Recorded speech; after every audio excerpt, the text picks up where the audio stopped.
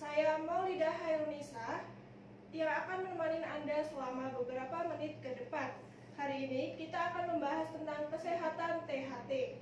Nah, hari ini kita sudah bersama narasumber spesial. Beliau adalah Pak Dr. Sunardo Budi Santoso, SP, THT KLMkes. Selamat siang, Bapak. Selamat siang. Assalamualaikum warahmatullahi wabarakatuh. Apa kabarnya hari ini? Alhamdulillah baik. Oke, sebelum kita masuk ke topik utama, boleh dong sedikit memperkenalkan diri untuk Sobat Warta Nasional yang mendengarkan podcast ini. Mungkin bisa juga sedikit cerita tentang keseharian Bapak selama menjadi dokter THT. Baik, selamat pagi Sobat Warta Nasional. Perkenalkan saya, karena kalau nggak kenal maka nggak sayang ya. Nama saya Sunardo Budi Santoso, sebagai seorang spesialis telinga hidung tenggorokan, bedah kepala leher. Sehari-hari berdinas di RSU Comal Baru dan juga RSUD Dr. M. Asari. Saya pribadi asli Pemalang, jadi kelahiran tepatnya di daerah Desa Loning, Kecamatan Petarukan, Kabupaten Pemalang di tahun 72. Dan sehari-hari ya sebagai seorang dokter yang memang bertugas secara profesional, lebih banyak berkecimpung menangani permasalahan di bidang THT dan bedah kepala leher. Baik, luar biasa sekali ya. Lalu bagaimana sih Pak Sunardo memulai karir sebagai dokter THT? Apa yang memotivasi untuk Bapak masuk di bidang spesialis ini?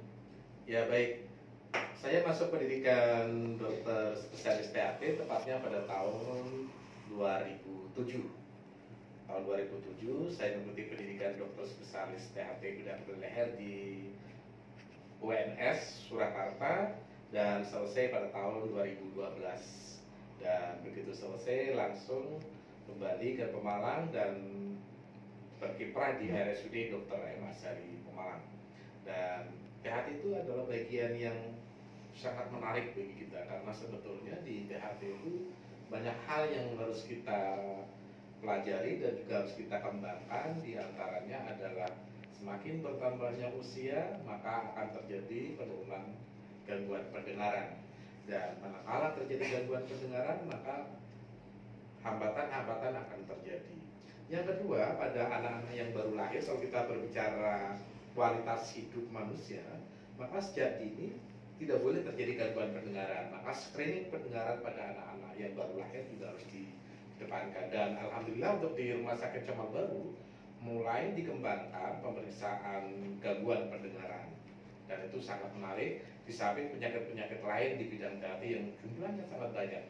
Apalagi dengan spesialisasi THT bedah kepala leher, kita juga menangani rekonstruksi wajah, fraktur maksilofacial pada pasien-pasien yang mengalami kecelakaan, mengalami pingin berkosmetik dan seterusnya. Oke, sangat luar biasa sekali ya teman-teman. Lalu apa saja nih jenis-jenis penyakit THT yang paling umum dan bagaimana sih cara mengobatinya?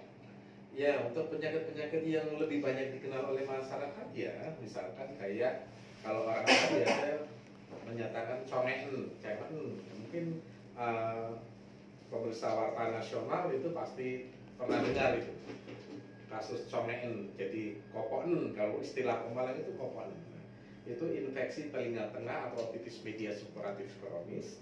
Itu biasanya ditandai dengan telinga keluar cairan, kemudian kadang terasa nyeri, kemudian terjadi gangguan pendengaran. Dan itu awalnya adalah karena gangguan fungsi tuba, sehingga terjadi transudasi atau keluarnya cairan di telinga tengah. Begitu kenyang telinga atau kafum timpaninya tidak cukup, maka dia akan jebol kenyang telinga sehingga terjadi pecah kenyang telinga. Kalau tidak segera diobati maka menjadi infeksi yang kronis yang tadi orang awam bilang comen. Itu yang orang awam lebih banyak kenal di penyakit THT. Yang kedua, amandel ya. Kalau amandel atau tonsilitis kronis atau hipertrofi tonsil, itu gejalanya sulit menelan, gangguan menelan, demam dan seterusnya, terasa mengganjal. Dan itu ada dua model pengobatan. Satu, kalau misalkan masih memungkinkan diobati secara obat-obatan atau konservatif, Apa jika keluhannya sangat berat, maka harus dilakukan tindakan operatif atau operasi pengangkatan amandel torsikektomi. Nah, itu kalau di hidung, nah ini yang masyarakat awam kadang suka mengatakan, dok, ini di hidung saya, di lubang hidung saya ada benjolan gitu ya. Itu sering kita dengar gitu. Jadi untuk di hidung yang paling umum orang awam biasanya kenal adalah polip gitu. Dan kalau sudah polip, kalian untuk jaringan yang sifatnya pertumbuhan jaringan baru harus dilakukan tindakan operasi. Biasanya keluhannya itu hidung tersumbat, meler hidungnya, hilangnya pembauan atau penciuman, dan suka bersin-bersin juga kadang-kadang. Saya rasa itu yang paling umum masyarakat awam kenal. Oke, baik Pak. Lalu cara mencegahnya dari penyakit-penyakit yang Bapak udah sebutkan itu, cara mencegahnya itu bagaimana ya?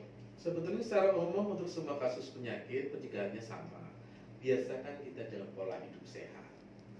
Pola hidup sehat itu mulai dari kebiasaan tidur, kebiasaan makan, kebiasaan aktivitas itu biasa bekerja secara baik, secara sehat. Insya Allah kita akan terhindar dari penyakit. Jadi karena ada beberapa pola penyakit yang memang kadang disebabkan oleh faktor pencetusnya adalah pola makan atau makanan. Terlalu banyak micin, apalagi ini warta nasional pemeriksaannya itu kan anak-anak muda ya. Biasanya suka yang instan-instan itu kayak seblak gitu ya, kayak fried chicken seperti itu. Ya sebetulnya boleh, kita tidak melarang mereka untuk makan itu, tapi lebih baik memang lebih sering menghindari untuk makan-makan sifatnya fast food. Kita lebih cenderung ke arah pola makan yang sifatnya natural atau alami, yang tidak banyak tambahan adiktif yang itu juga bisa memacu pertumbuhan kanker gitu ya. Nah, itu teman-teman, itu cara mencegahnya agar kita terhindar dari penyakit THT. Nah, lalu yang terakhir, Pak Sunardo kan sudah lama nih menjabat sebagai dokter dan ASN. Harapannya ke depannya untuk dokter-dokter di wilayah Kabupaten Pemalang itu apa sih Pak? Ya baik, saya masuk PNS itu tahun 2000, antara 2000 sampai 2003, jadi sampai sekarang 2025 itu sudah 20 berapa itu 22 tahun ya, sudah 22 tahun mengabdi sebagai seorang aparatur sipil negara. Nah, harapan kita pekerjaan dokter itu sebetulnya adalah pekerjaan yang mulia. Maka kedepankan bagaimana kita melayani dan memberikan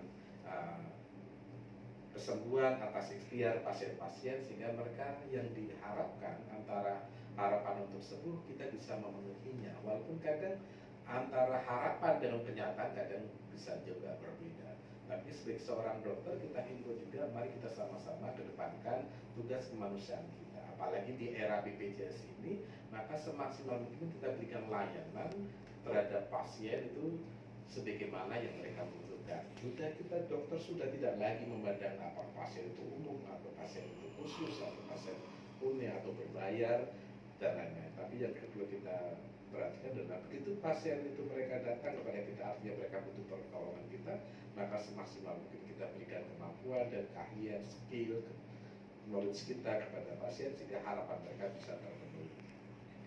Oke, sangat luar biasa sekali ya ini Pak Sunardo. Kalau begitu Pak, sebelum kita akhiri, mungkin Bapak ada sedikit pesan dan kesan untuk masyarakat di luar sana agar tetap menjaga kesehatan THT. Ya baik, untuk Bapak Ibu juga kaula muda, pemirsa Warta Nasional, kasus-kasus di THT sekarang sudah mulai bergeser ke arah kasus tumor atau kanker. Yang paling umum adalah kanker nasofaring, dan itu perlu deteksi dini sehingga manakala Bapak Ibu mengalami keluhan hidung tersumbat, ada benjolan di leher, segeralah konsultasi dengan dokter THT sehingga pencegahan dan juga penegakan diagnosis atau penentuan penyakit sejak ini bisa lebih cepat, sehingga prognosis atau harapan untuk kesembuhan bisa lebih baik dibandingkan mengalami keterlambatan. Dan saya rasa kita semua harus sadar diri bahwa semakin bertambahnya umur juga kesehatan di bidang THT juga harus betul-betul diperhatikan. Saya rasa itu.